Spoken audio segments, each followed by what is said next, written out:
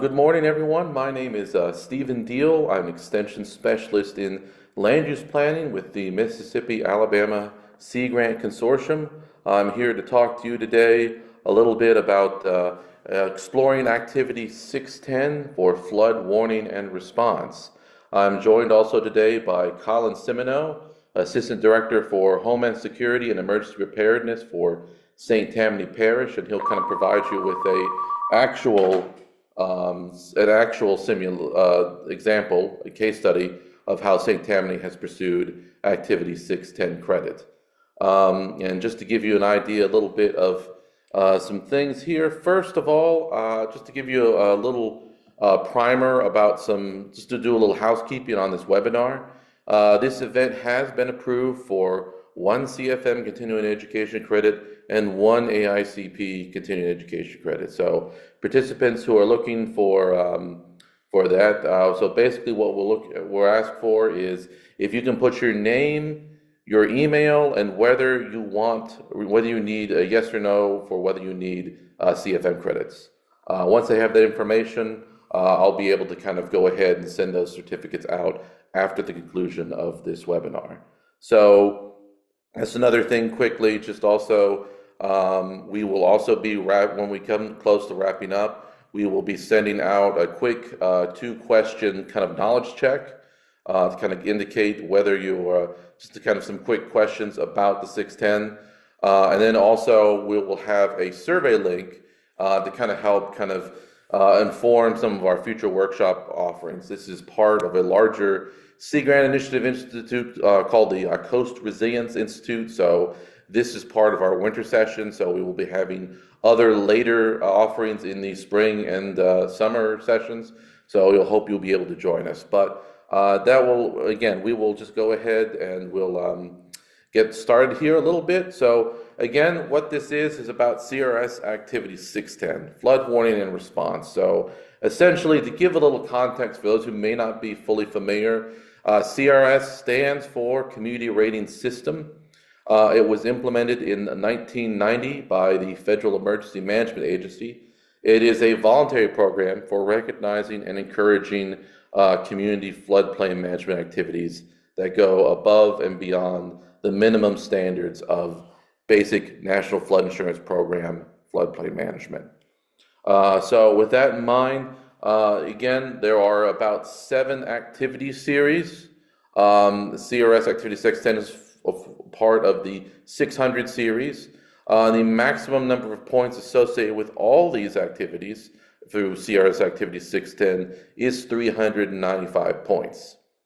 The objective here is to kind of encourage communities for timely identification of their flood threats, disseminating warnings to floodplain, to residents in the floodplain, and coordinating various flood response activities in the immediate aftermath or during a flood emergency event. What's unique about this activity as opposed to some of the other CRS activities is this very much requires coordination with your emergency management department. Various actions and plans were required. They're signing off on this. And so the emergency manager for all 610 activities should be the main point of contact here. So here are of 610, there are 6 activities within this particular activity area. So we're going to mainly focus on 5 of these, which are as follows: Flood Threat Recognition System, which is for 75 points. Emergency Warning Dissemination, also for 75 points. Flood Response Operations, 115 points. Critical Facilities Planning with 75 points. And Storm Ready Community with 25 points. We did have a question yesterday at one other webinar about Tsunami Ready Community as to whether some communities outside of high tsunami zones might be able to receive this. I was able to do a little research and confirm that there are 2 Gulf communities that do receive Tsunami Ready Community credit.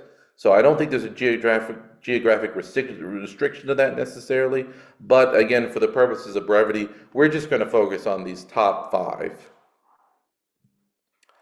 The other thing too I also want to mention is that in order to receive 610 credit, the community must obtain credit in the first four flood warning and response elements. Again, flood threat recognition, emergency warning dissemination, flood response operations, and critical facilities planning. So if you're going to receive any credit for this activity, you need to be hitting those first four elements. And so I'm going to give a broad overview of some of these basic sub-activities and just some relevant case studies that might be useful to kind of help bring that forward a little bit. And also towards the conclusion, I also have compiled a short Google Drive folder, which has about one or two relevant examples along with the PowerPoint presentations for this session. The first of these is the flood threat recognition system. So this is where your warning, your alarm systems will kind of come into play. So a lot of the credit here is based on a level of service criteria designated by FEMA. So one of these things is, to give you a broad overview, it's levels 1 to 3. Level 1 would be a manual system, namely a system where a person would have to go out and check that particular site or gauge to kind of determine the determine the flood criteria there. Level 2 would be an automated flood alarm threat recognition system, and level 3 is automated flood threat warning system. So a level 2 system issues a signal when a flood threatens. A level 3 system would provide a little more specific capability for measuring the scale and scope of that threat. So information on the timing of the flood, the potential crest of a flood. So in coastal situations, it's a little bit different because a lot of this threat recognition system would be accomplished through models such as SLOSH, which is what the National Weather Service uses for storm surge predictions, SLOSH standing for sea, lake, and overland surges from hurricanes. So again, points range from 25 for that level 1 system up to 75 points for a level 3 fully automated system. And again, designing an effective flood threat system is contingent upon knowing what areas of your community are most vulnerable and how frequently you'll need to capture those measurements.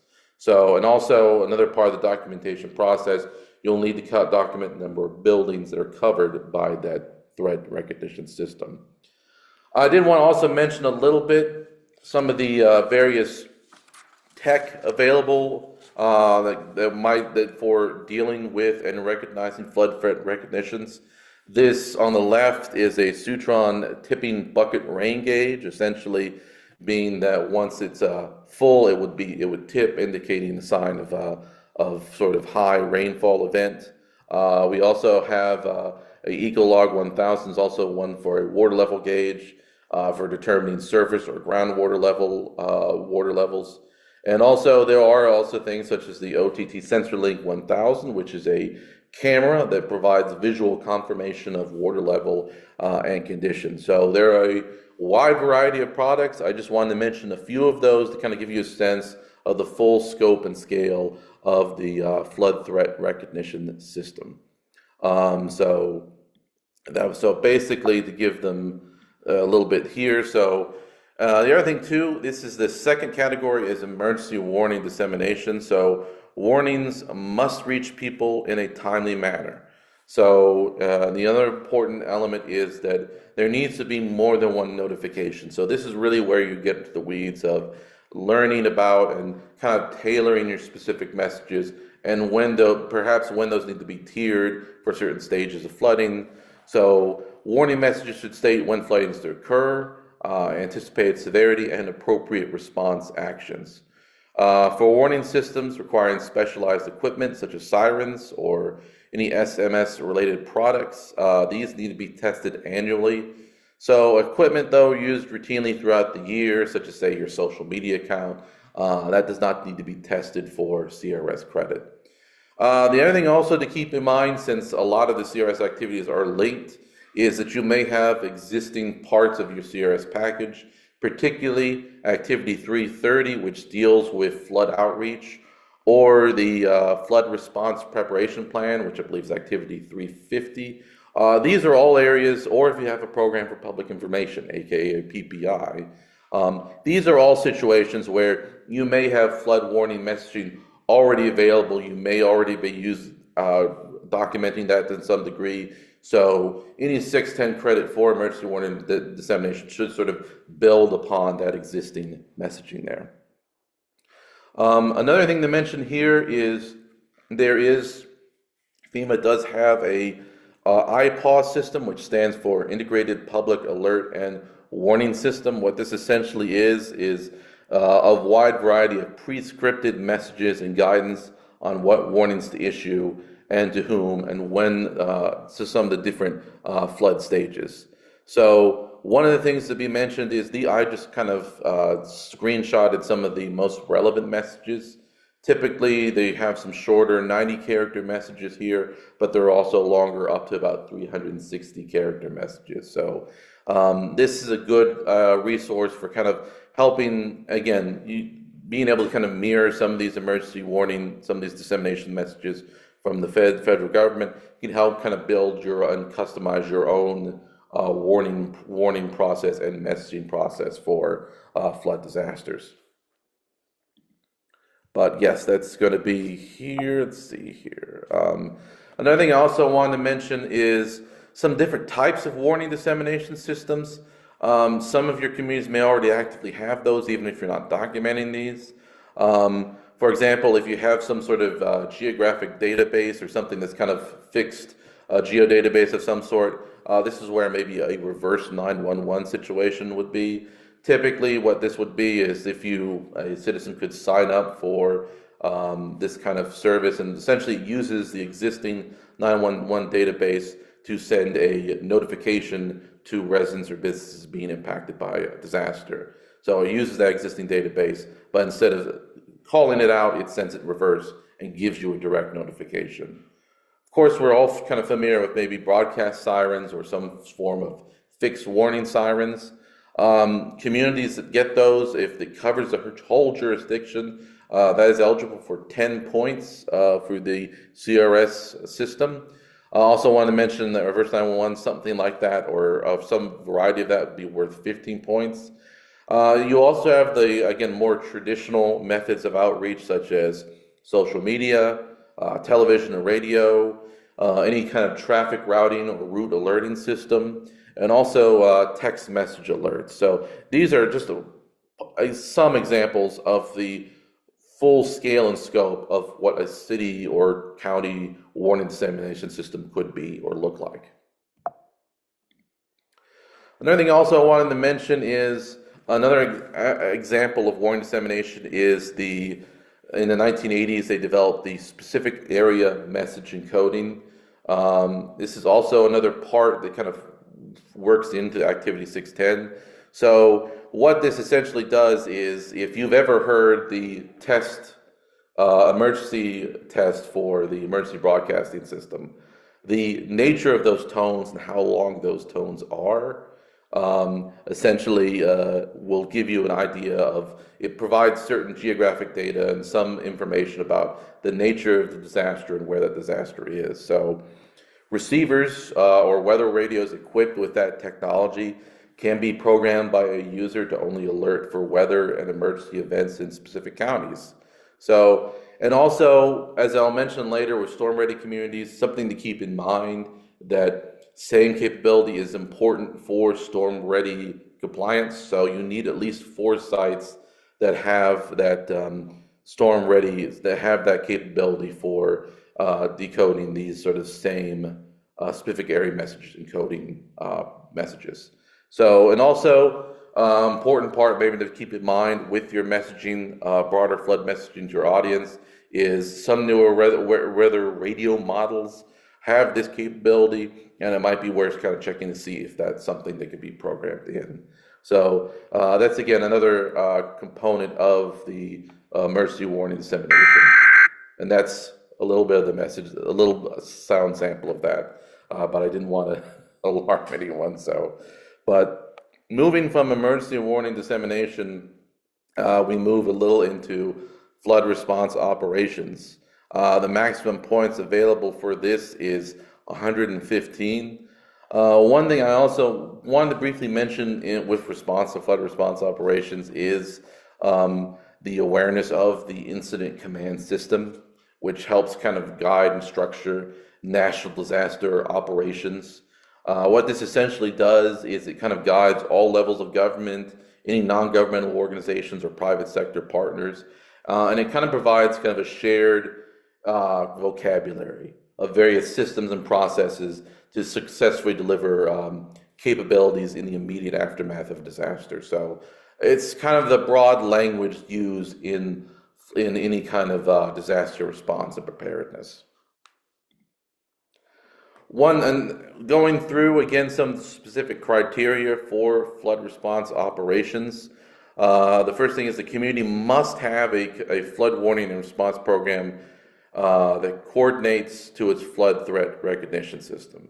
So, in some sense, for example, so any flood messaging or flood warnings, you have to kind of correlate those to any kind of flood inundation maps and any kind of adopted flood warning response plan. So these activities kind of pertain to, again, that flood warning response plan, and they must identify every opportunity to prevent loss of life and damage during a flood event. Another thing also is that this predominantly focuses on scenario planning. So a lot of these will be tied to specific inundation levels or in a coastal situation, specific surge levels. So the inundation map will show areas that are inundated by a minimum of at least 3 different flood levels for a riverine community, or 2 different flood or storm surge levels for a coastal zone, and showing some of those impact maps, or a series of impact maps for flash flooding. Now, additional credit, 25 points, is available if specific personnel actions are linked to different flood levels on the inundation map. And I'll show you a brief example of what that might look like. This is one example of flood response operations. This is from Pinellas County in Florida.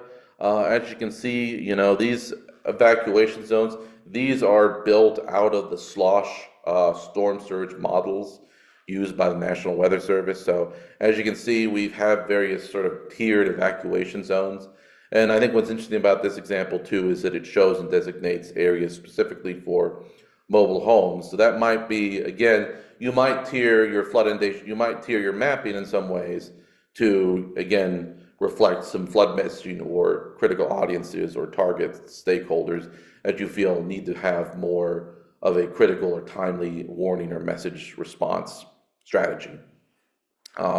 We also see various shelters identified here, whether they're general or pet friendly, and just kind of gives you an idea. These are just, again, this is all available through ArcGIS, and so this is an example of just what that might look like.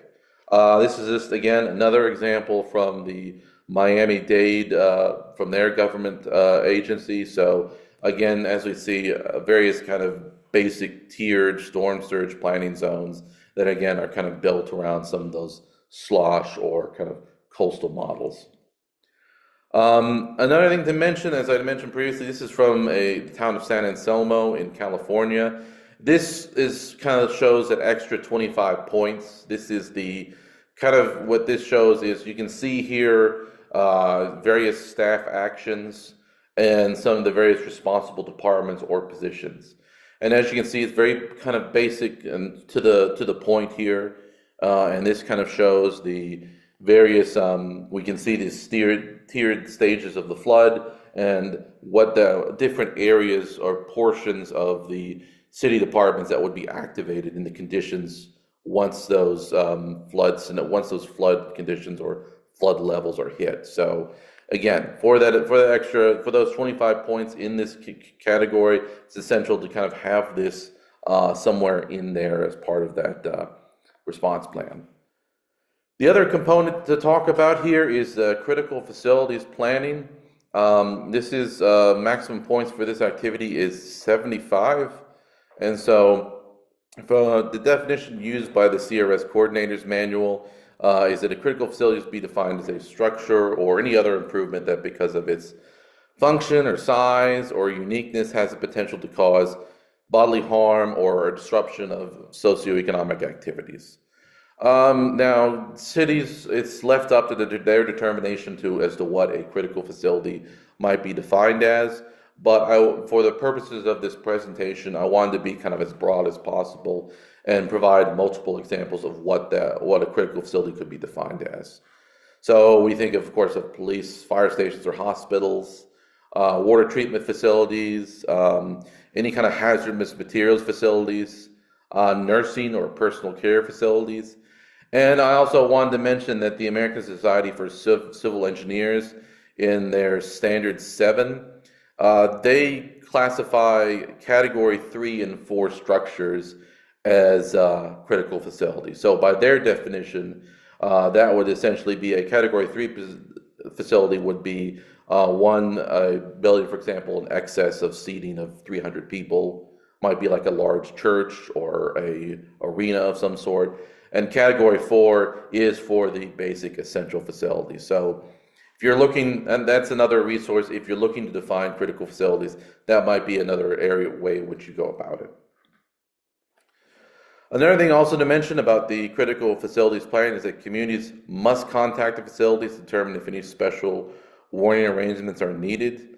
And if there are any critical facilities affected by flooding, the community must provide that in documentation.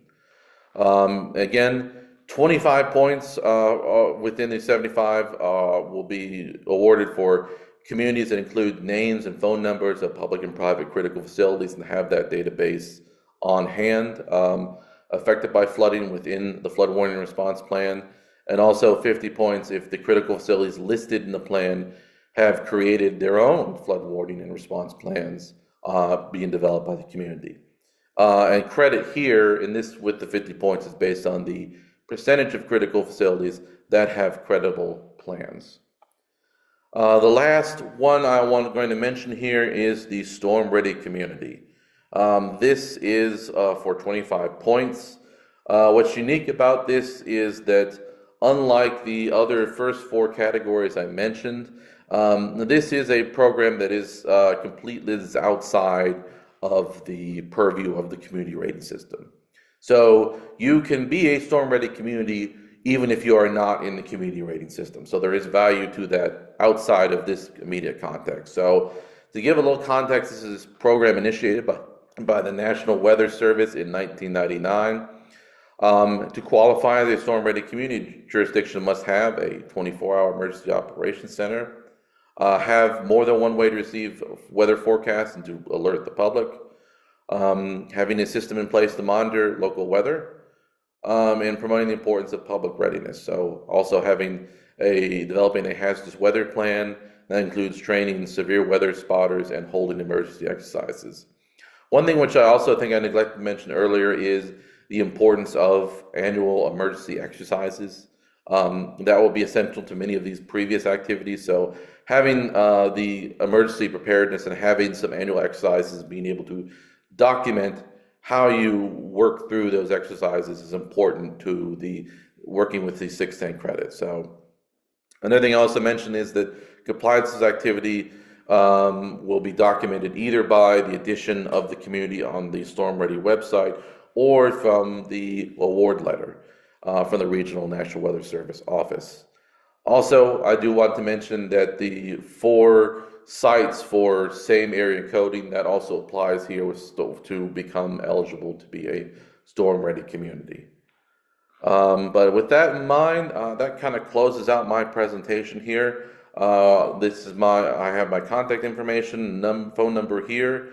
So we'll have a quick 2-question survey a little bit to kind of check your knowledge a little bit. And once we kind of go through that, we're just going to kind of go through and then we'll kind of get into Collins Simoneaux's presentation here. And we'll kind of get started with that. So just work on the survey here for a moment, and then we'll go ahead and get to the second portion of the presentation.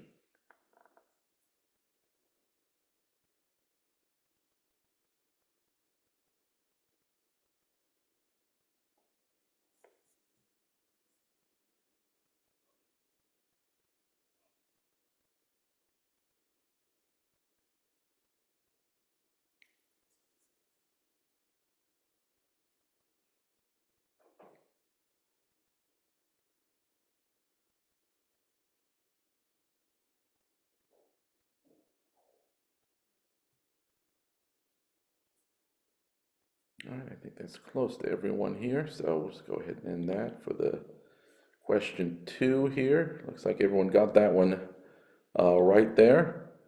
And so we'll just queue up the second one here.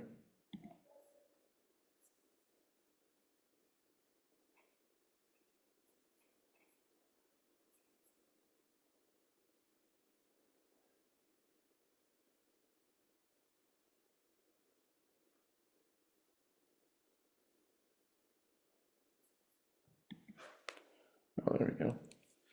So yeah, I think that pretty much concludes for the survey questions here. So without further ado, I'll just go ahead and transition over, stop sharing here for a moment, and transition over to Collins Simoneaux with St. Tammany Parish, and he'll present some of the examples of CRS Activity 610, how St. Tammany was able to successfully complete that information, and how they continue to maintain that program. So without further ado, I'll turn it over to Collins. Okay, thank you very much. My name is Collins Simoneaux. I'm the Assistant Director of Homeland Security and Emergency Preparedness for St. Tammany Parish. And with me, I'll let her introduce herself. Hi, I'm Diet Smythe. I'm the Regulatory Manager for St. Tammany Parish and CRS Coordinator. And also with us is our Parish Director, OEP Director. I'll let him introduce himself. Hi, I'm Clint Ory. I'm the director here. Thank you. Okay, without any further ado, I will go ahead and share my slides and jump into the presentation.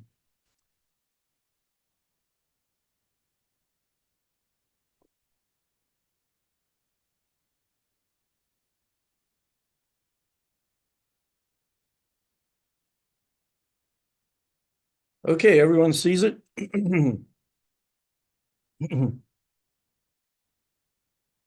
Okay, the first slide is basically an overview of St. Tammany Parish. Our parish has 854 square miles. That's land. When you include water and wetlands, it's over 1,000 or 1,100 miles. And our population is over 270,000.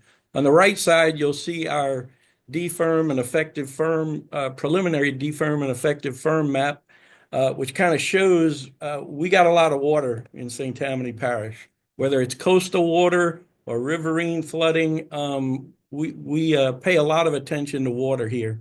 Oh, Collins, I think I can see the slide deck, but I don't think people can see you advancing in the slideshow. I'm not sure what's happening. So you're still on the first slide? Yeah, I think we can see the deck, but it needs to go to slideshow and sort of start the slideshow from there. Right. At the top of the this window, you'll see view. There's a tab that's labeled view, and it should give you an option to present. Excuse me, Stephen. I'm looking. Sorry. No Says your screen sharing.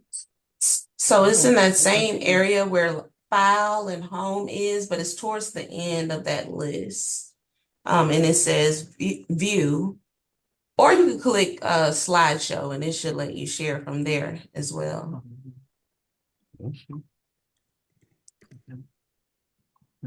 Try slideshow first.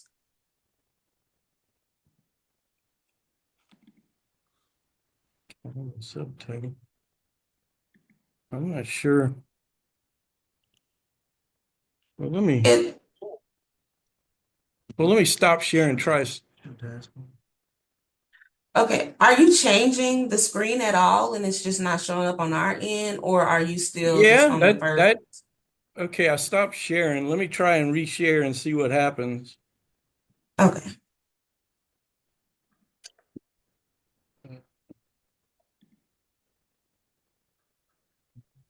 You have two screens because of the screen up here. Oh, maybe so. And so try sharing. Okay, we see your title page. Okay, you see the title page. And it's in presentation mode. Perfect. Okay, you're seeing it now. Yes, sir. Okay, sorry for that. I am not a technology person. Okay, so this was the slide I was talking about with the 850 square miles, and it kind of shows what our special flood hazard areas and the preliminary DFIRM and the effective firm, and all the water we have in St. Tammany Parish. This slide kind of shows the growth that we've had since 1965. We've had 25 tropical storms and hurricanes, 28 severe storms and flooding events for about 26,500 flood claims worth over about $1.3 billion. We're a very fast growing parish, a 10% annual increase in population since 1960, and that's 20% increase per year since Hurricane Katrina in 2005. This is another screenshot of our flood zones in the parish to kind of emphasize how much water we have here. A lot of people move to the North Shore, as we call it, thinking that they're going to avoid flooding, but they don't get away from it. As I said, we have a lot of water here, and this map also kind of shows our municipalities in the parish and how they relate to the flooding. The parish is subject to coastal and riverine flooding, and then we do have our own internal drainage issues since we're pretty much a very flat parish. Moving on to the 600 series warning and response. What I'm going to be talking about most is that checklist where you see the link in the bottom left corner, the 610 checklist, where it's available on the internet. Of course, probably everyone here knows that, you know, FEMA and CRS recognize that flooding is such a major threat to so many communities throughout the country. So they want to encourage communities to plan and prepare for flooding, and the CRS, all the things we're going to cover are, of course, designed to do that. The 610 program incentivizes communities through the points you get and the potential reductions in flood premiums from that. So again, I can't emphasize enough the documentation checklist and that link. That's basically what I'm going to talk through. That's what we've done. And Stephen did a great job of basically highlighting all the information that's listed here about the 4 sections, how you have to have points in each of the sections, and then the storm ready community. You can't get that credit if you don't have credit in the other sections. So I'm gonna let Diet talk to this slide because I'm gonna tell you Diet was the master. I kind of liken her to a director of an orchestra. She pulls all this together. I'm just the horn section, okay? And she approached our office about 4 years ago when I had just gotten here, and we had a previous director, Clarence Poe, and she approached him and said, "Hey, we need to get credit in this area of the CRS that we haven't done before." And we were doing a lot of what I'm going to explain and what we've documented. We just hadn't documented it. So Diet is a very organized person. She approached us, and working with Clarence, the two of them actually put this in place, basically, the initial submittal that we did in 2022. So I'll let her talk about her spreadsheet. Yeah. I am a chemical civil environmental engineer, and as such, I live by spreadsheets. If it can't be done in a row and column, it usually just comes out much better if you can put it in a row and column. So what we did was we took all of the activities that are listed in the CRS users manual, and we put it on a spreadsheet under each one of the major 5 categories. And then, of course, you can see the state average for these things, what we got for points in 2022, and the maximum number of points for each one of the activities. The next section, of course, is just our notes. And in addition to that, I want to point out, as Stephen did, in fact, that there are other components or other activities, elements to other activities that you can get credit in, like 330, as Stephen pointed out, or your PPI. You can also get it in the higher standards, And also in 620 and 630, which is the dam safety program and the levee program that a lot of y'all have.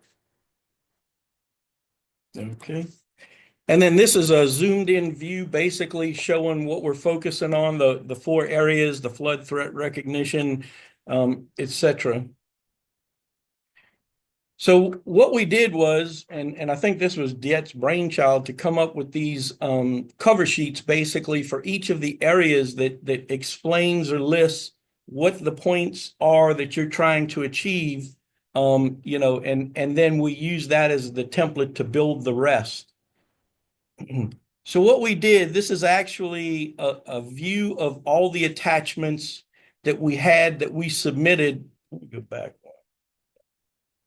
If you look at the list on the right, you'll see one of the first things is that's the documentation checklist. That's one page out of the documentation checklist.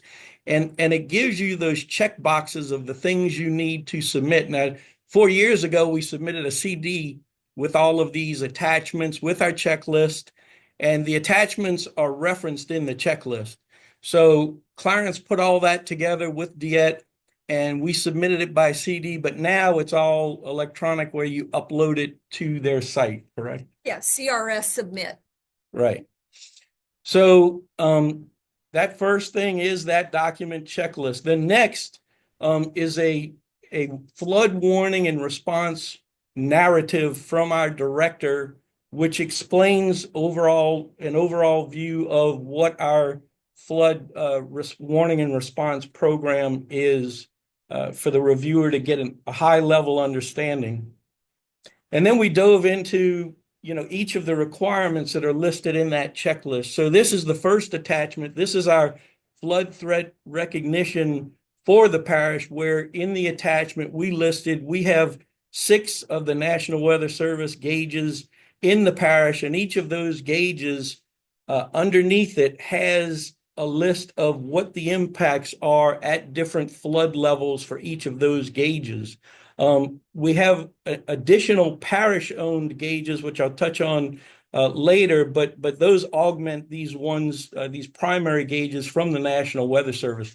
So each of those gauges, and actually our director Clint has been working closely with our local National Weather Service office, the hydrologist there, Julie Lesko, a terrific asset here locally, to try to provide more detail for that inundation. When we've had significant rainfall, Clint has gone out and tried to confirm, verify what impacts are occurring, and working with Julie, we're working to update those lists for their gauges.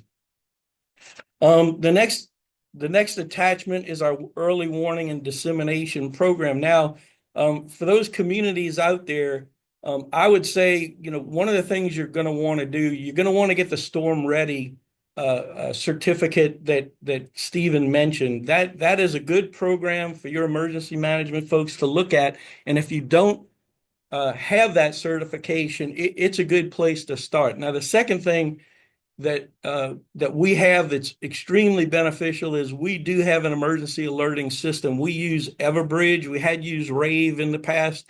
Now we have Everbridge, and we have built, as part of our emergency warning dissemination, areas inside of the Everbridge that we can use to do alerting based on the flood recognition threat that we're seeing. As Stephen also mentioned, we do have access to IPAWS. There's certain requirements your emergency management office must go through to gain access to IPAWS. And I would highly recommend that your parish also do that. You can have an emergency alerting system, but the IPAWS is going to let you cut into television programming and basically anybody touching a cell tower. I think you're all familiar with how those work, but the IPAWS definitely gives you a broader reach and ability in an emergency to cut in and disseminate warning threat information to your general public. For the flood response operations, we had a Storm Ready plan that was developed in 2017 when we first did our Storm Ready certification.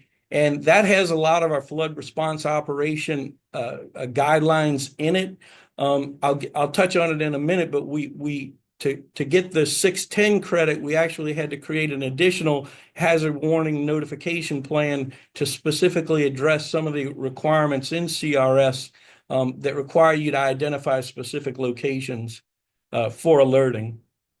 Now, the critical facility planning, this is right out of our hazard mitigation plan. We just did a 2025 update, which has been submitted. I don't know if you want to touch on that. We submitted it to FEMA the first week. Well, we submitted it for CRS courtesy review the first week of September. It came back very positive. So we made a few tweaks and sent it back to FEMA the first week of October. We haven't heard yet back from them. We're querying that now because we need to get it adopted. But for the folks here in Louisiana, we worked with SDMI and I'll give Diet a lot of credit. She emphasized including the CRS in our hazard mitigation plan update, that we wanted the two tied together. We wanted to give the extra effort, even though it's not required in the hazard mitigation plan update. We wanted to include CRS activities and capture that, right? Yeah, that's as you all know, this is the hazard mitigation plan is part of the 510 CRS activity.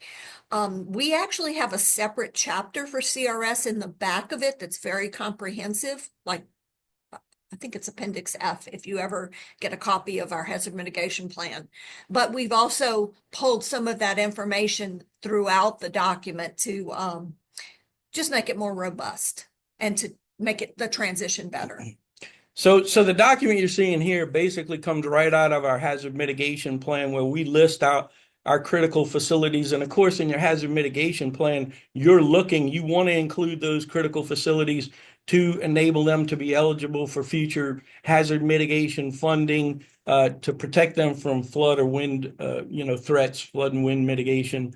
And the format they used is very good, where they have the columns to show whether the facility is subject to coastal flooding, dam failure, normal flooding, levee failure, things like that. And of course, it has the name and contact information of the person responsible for the facility, which is required in the CRS.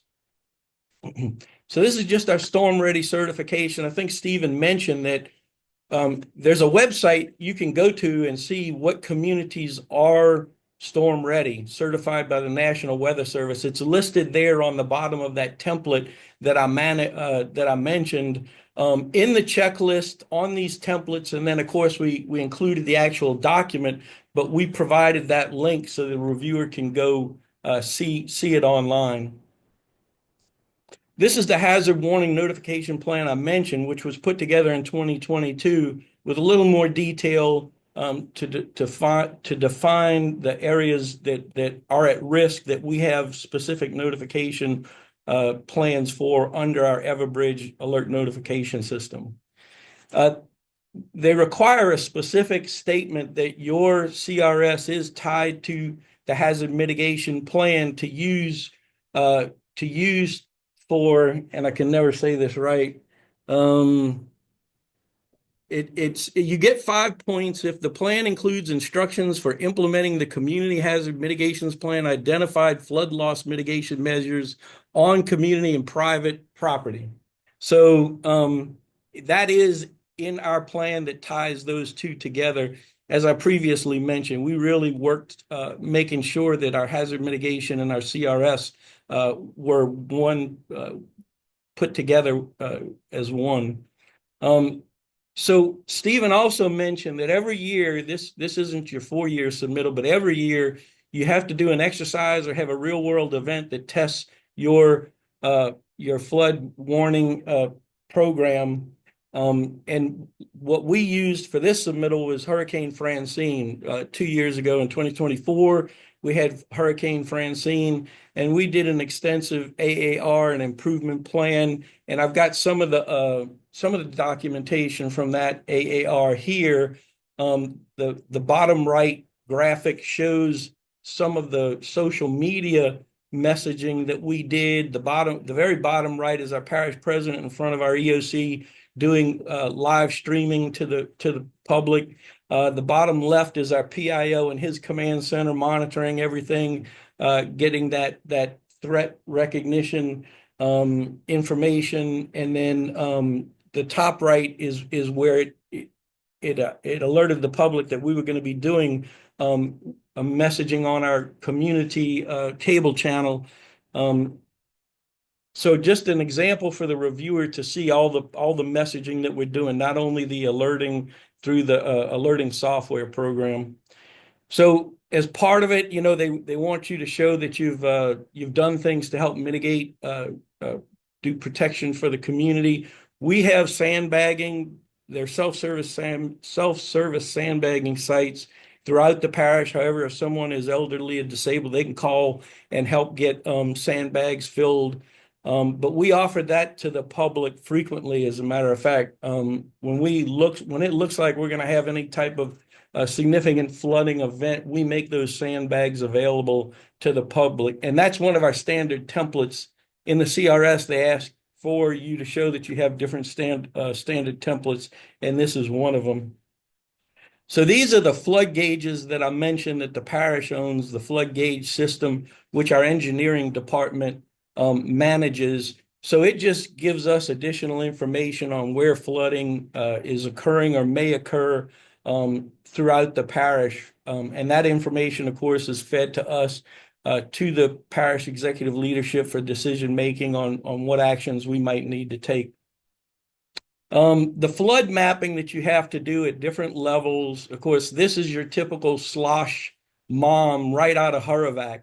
So we did that for each of the areas that we identified as at risk. Of course, basically our whole coastline, is significantly at risk depending on the category of the storm and all of the other factors that are involved. But you can go straight into Hurricane and do that mapping. And then, of course, we did the same thing for all of our river flood at the different levels to satisfy the requirements. The disaster response team, as part of our response operations, every department in the parish, and I should say that this is a team effort.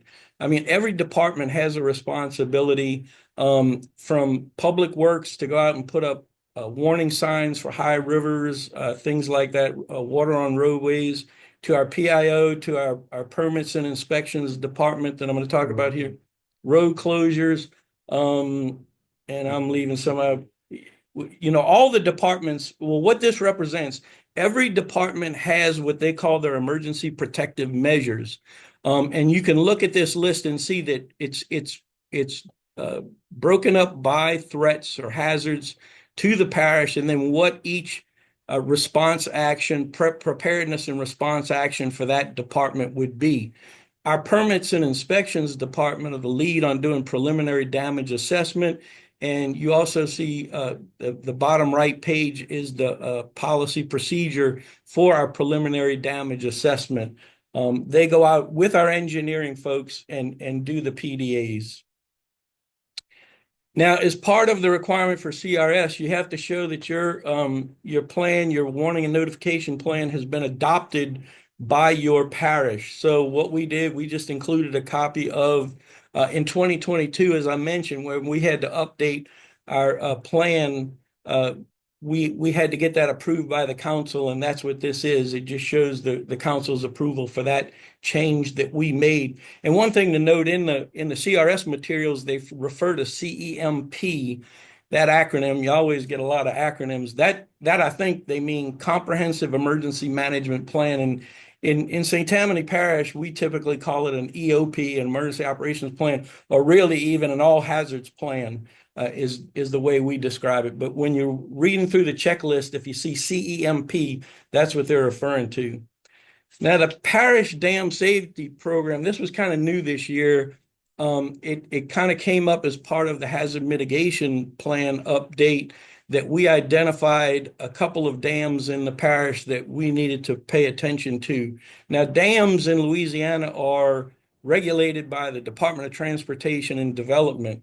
So we we had information about an emergency action plan that was done for a couple of dams in the parish. We're going to look to get into more detail on that, but when we realized it, it was immediately before our submittal was due. So just trying to document that we're paying attention to it and we're doing something. We included this information. So it's basically a statement from our director, Clint, explaining what we do and that we are focusing on that and that we have created another emergency alerting template for the downstream of that dam. And that's what you see in the bottom right-hand corner. I will say too, in that narrative, it mentions, we work with everybody when it comes to flooding. In those maps you saw, flooding is an issue everywhere in the parish. And one of our tremendous resources are the fire chiefs and the law enforcement who are out there. Of course, the local community members, they know their local geography and hydrology better than anybody, especially here in the parish along the Pearl River. If you go over there, they'll tell you more about that river than you'll ever know.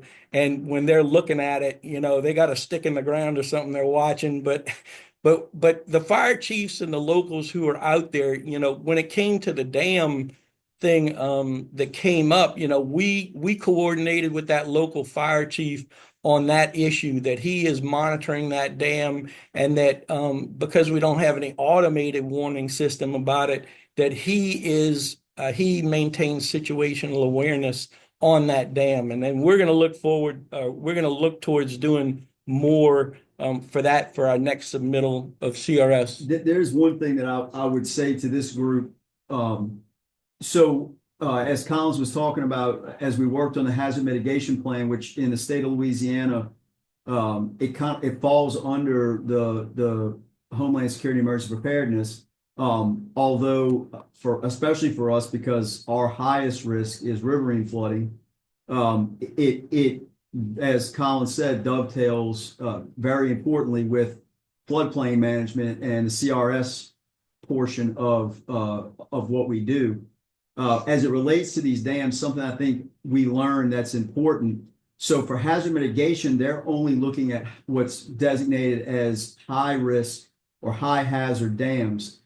We didn't have any of those, but we had a few that were significant risk.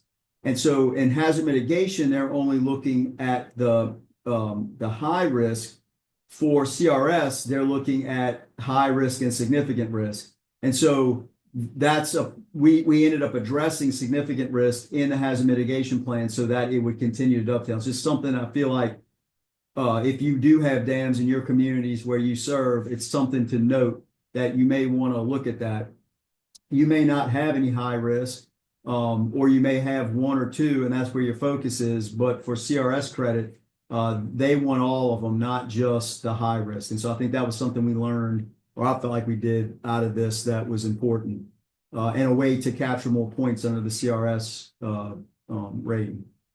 Absolutely. The next item is the at-risk registry report. If you're in Louisiana, you may be familiar with this. And of course, this is part of our response operations. In the checklist, they want to know, well, what do you do, especially to protect the community?